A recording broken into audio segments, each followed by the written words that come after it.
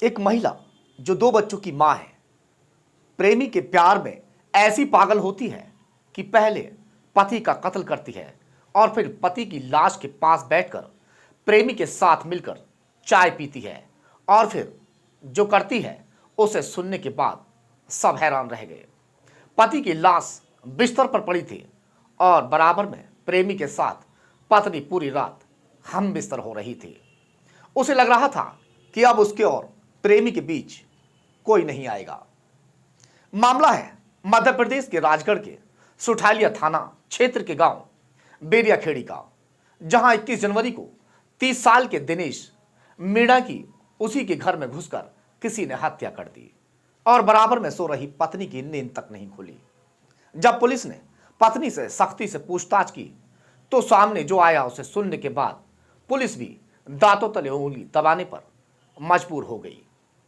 दरअसल दिनेश और ज्योति की शादी को हुए अभी लगभग 6 साल ही हो पाए थे और दोनों के 2 बच्चे भी हुए। जीवन ठीक ठाक गुजर रहा था। दिनेश अपनी पत्नी से बेहद प्यार करता था। ज्योति ने दिनेश से कहा कि वह घर में बोर हो जाती है, वह कोई छोटी मोटी नौकरी करना चाहती है, मगर दिनेश ने नौकरी करने के लिए मना कर दिया और किराने की दुकान पर बैठने की सलाह दी और वह किराने की दुकान पर बैठने लगी। वहीं कुछ दिन बाद गांव का ही रहने वाला चैन सिंह दुकान पर आता जाता था और वहीं खड़े होकर सिगरेट वगैरह पीता था। इसी दौरान चैन सिंह और ज्योति की आंख लड़ जाती है और दोनों के बीच प्यार पनप जाता है। अब इस बारे में जब दिनेश को पता चलता है तो उसने ज्योति को समझाने की कोशिश की और दुकान से रोक दिया, मगर प्रेमी ने चुपके से ज्योति को मोबाइल गिफ्ट कर दिया। अब ज्योति चोरी छिपे अपने प्रेमी चैन सिंह से फोन पर बात करने लगती है, जिसके बारे में दिनेश को पता चलता है और दिनेश उसे फोन पर बात करते हुए देख लेता है।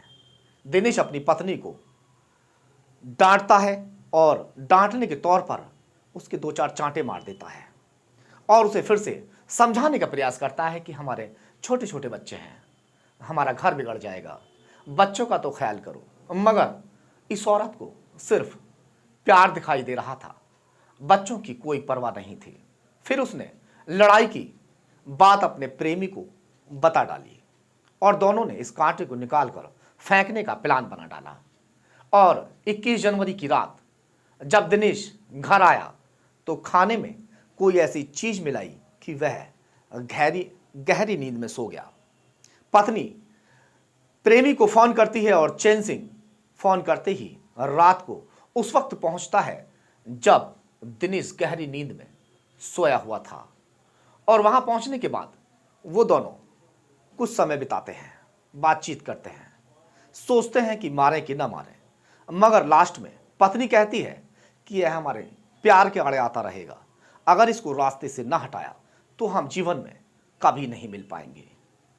अब मौत का तांडव शुरू होता है और चैन सिंह एक डंडे से दिनेश के सर पर भारी वार करता है, जिससे दिनेश सोता का सोता रह जाता है। इसके बाद में लाश को दोनों एक साइड में लगा देते हैं। बेड पर ही लाश रखी हुई होती है। उसके बाद चाय बनाकर पी जाती है और उसके बाद में दोनों पूरी रात हम बिस्तर होते हैं। पति की लाश बराबर में पड़ी हुई थी और पत्नी लाश के बराबर में रंगरलियां मना रही थी। ये सारी बातें जब पत्नी ने पुलिस को बताई तो पुलिस भी दांतों तले उंगली दबा गई। हालांकि पुलिस ने दोनों आरोपियों को पकड़कर जेल भेज दिया है और दोनों बच्चों का रो रो कर बुरा हाल है। बच्चे भी छोटे हैं, एक की उम्र अभी महज 2 वर्ष है और एक की 4 वर्ष है। बच्चों को भी ये भी पता नहीं है कि उनकी माँ जेल जा चुकी है और पिता हमेशा के लिए उनसे दूर जा चुका है।